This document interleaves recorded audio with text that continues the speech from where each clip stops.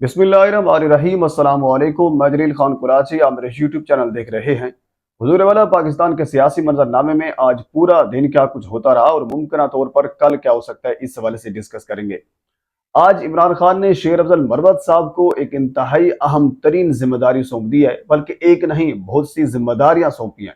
और इसके साथ जुल्फी बुखारी साहब को एक अहम जिम्मेदारी सौंपी है, जिस हवाले से काफी शक व शुबात थे कि क्या इमरान खान ये जिम्मेदारी लेंगे या फिर नहीं लेंगे। आज उस हवाले से क्लियर हो चुका है।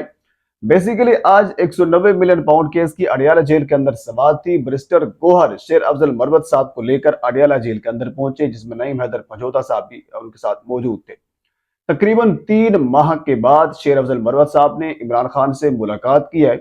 और मुलाकात करने के बाद जब वो बाहर आए थे, उनके चेहरे के ऊपर एक खुशी के जो तासुरात थे वो वाज़ेह तौर पर नजर आ रहे थे। शेर अफजल मरवत खुश थे।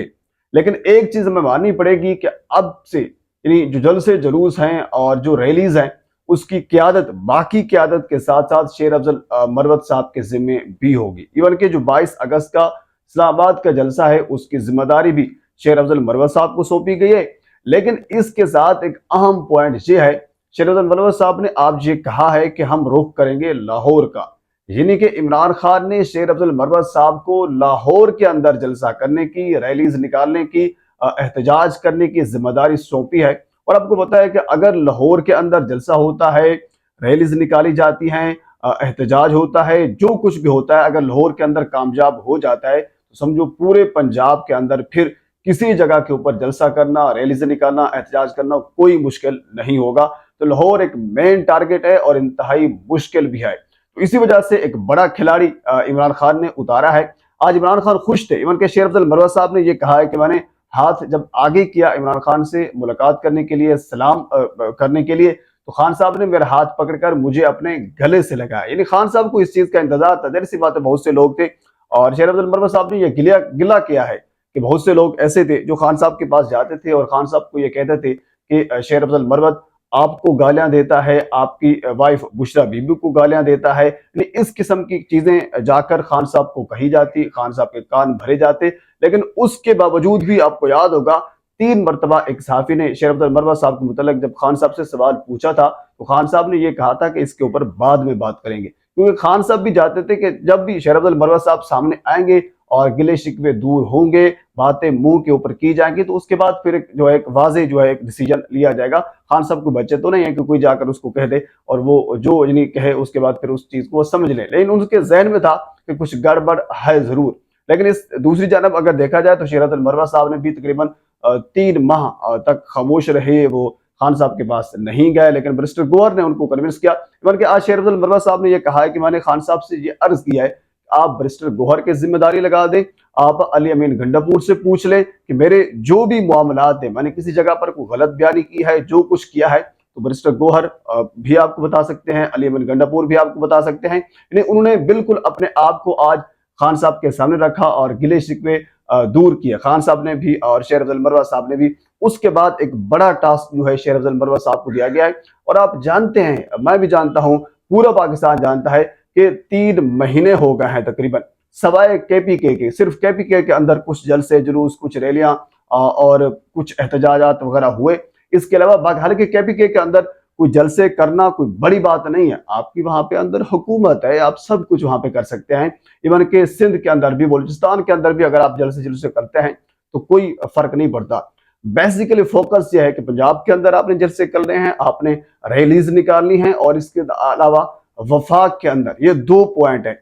इन दोनों जगहों के ऊपर पिछले 3 माह के अगर हम जो ट्रैक रिकॉर्ड है वो देखा जाए, तो जो मौजूदा क्यादत जो इस वक्त बाहर है, वो ना कोई रैली निकाल सकी, ना कोई जलसा कर सकी। इवन की अदालत के हुक्म के बावजूद भी इस्लामाबाद के अंदर जलसा नहीं हो सका होगा, आपको याद होगा। इवन के आज शेर अफजल मरवत साहब ने यह वाज़ेह तौर पर पैगाम दिया है कि अगर अदालत का हुक्म होगा भी जलसा होगा। यानी एनओसी अगर होगा तब भी जलसा होगा, अगर एनओसी न मिला उसके बावजूद भी जलसा होगा। क्योंकि आइन हमें यह हक देता है, कानून हमें यह हक देता है कि कोई भी बंदा किसी जगह के ऊपर जलसा भी कर सकता है, एहतजाज भी कर सकता है। तो अब आप देखेंगे कि शेर अफजल मरवत साहब की क़यादत में जलसे भी होंगे, पंजाब के अंदर भी होंगे, वफाक के अंदर भी होंगे। और मेन टारगेट जो है वो लाहौर का दिया गया है शेर अफजल मरवत साहब को।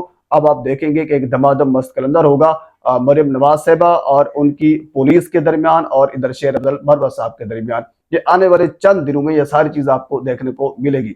दूसरा अहम पॉइंट, आज इमरान खान ने जुल्फी बुखारी साहब को ऑर्डर दिया है, ये हुक्म दिया है कि ऑक्सफोर्ड यूनिवर्सिटी का जो चांसलर का जो इंतखाबात हो रहे हैं, उस हवाले से बाकायदा खान साहब ने ये कहा है कि पेपर जमा करा दिए जाएं, क्योंकि अक्टूबर के अंदर नाम फाइनल होने हैं। तो उसके बाद यानी एक बहुत बड़ा मार्का होगा। अब आप अंदाजा करें, खान साहब जेल के अंदर बैठकर अगर ऑक्सफोर्ड के इलेक्शन जीत जाते हैं तो फिर क्या समा होगा। यानी बाकी शरीफ खानदान या बाकी बहुत से ऐसे हमारे, अब किस किस का नाम लो, जिनके बच्चे ये तरसते हैं कि कहीं हमें वहां पे एडमिशन मिल जाए, लेकिन खान साहब उसी यूनिवर्सिटी का चांसलर बनने के लिए उन्होंने इंतखाबात लड़ रहा है। और अब देखेंगे इंशाल्लाह खान साहब वहां पे चांसलर के इंतखाबात जीतेंगे। जुल्फी बुखारी साहब को ये आज जिम्मेदारी बाकायदा तौर पर यानी ऑफिशियली तौर पर सौंप दी गई है, क्योंकि इससे पहले बहुत से लोग ये कह रहे थे कि क्या खान साहब इलेक्शन लड़ रहे हैं, नहीं लड़ रहे हैं, क्या हो रहा है, कोई पता नहीं था। आज ऑफिशियली तौर पर इस चीज को कंफर्म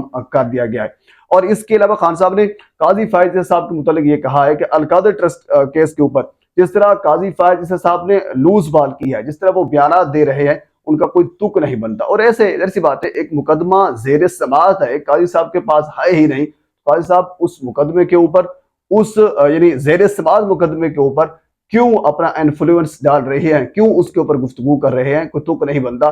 तो इसके ऊपर खान साहब ने कुछ गुफ्तगू की है। और इसके अलावा जो शकील साहब है केवीके के अंदर, वो जो मामला चल रहा है, उस हवाले से खान साहब ने ये कहा है कि अली अमीन गंडापुर हो, शकील हो या फिर हम क्या आतिफ खान हो, जो भी हो, किसी को भी कोई भी मामला अवाम के अंदर या बाहर लाने का कोई जरूरत नहीं है। एंटी करप्शन का मामला है तो एक टीम बना दी है, एक कमेटी बना दी है करप्शन के हवाले से, मामला वहां पर लेकर जाएं और जो भी मामला है उसको हल करके मुझे उसका जो भी उसका प्रोसेस है वो मुझे बताया जाए। पर ये इसके अलावा और बहुत कुछ खान साहब ने कहा है। नईम हैदर पंजोता साहब ने बाहर आकर गुफ्तगू किया, हालांकि पहले वकुला को अंदर जाने की इजाजत नहीं दी जा रही थी। एक कहा गया कि एक वकील जाएगा, उसके बाद फिर कहा गया कि 2 वकील जाएंगे, फिर कहा गया कि 3 वकुला जाएंगे। अच्छा, ये हमेशा हर इजरी समात के ऊपर ऐसा होता है। पर पाकिस्तान के सियासी मामलात में और बहुत सी चीजें हैं, अगली वीडियो में आपके साथ में जरूर शेयर करूंगा। एक मरतबा आपसे गुजारिश है मेरे चैनल को सब्सक्राइब कर दें ताकि आने वाली हर इंफॉर्मेटिव वीडियो आप तक पहुंच सके। अल्लाह हाफ़िज़।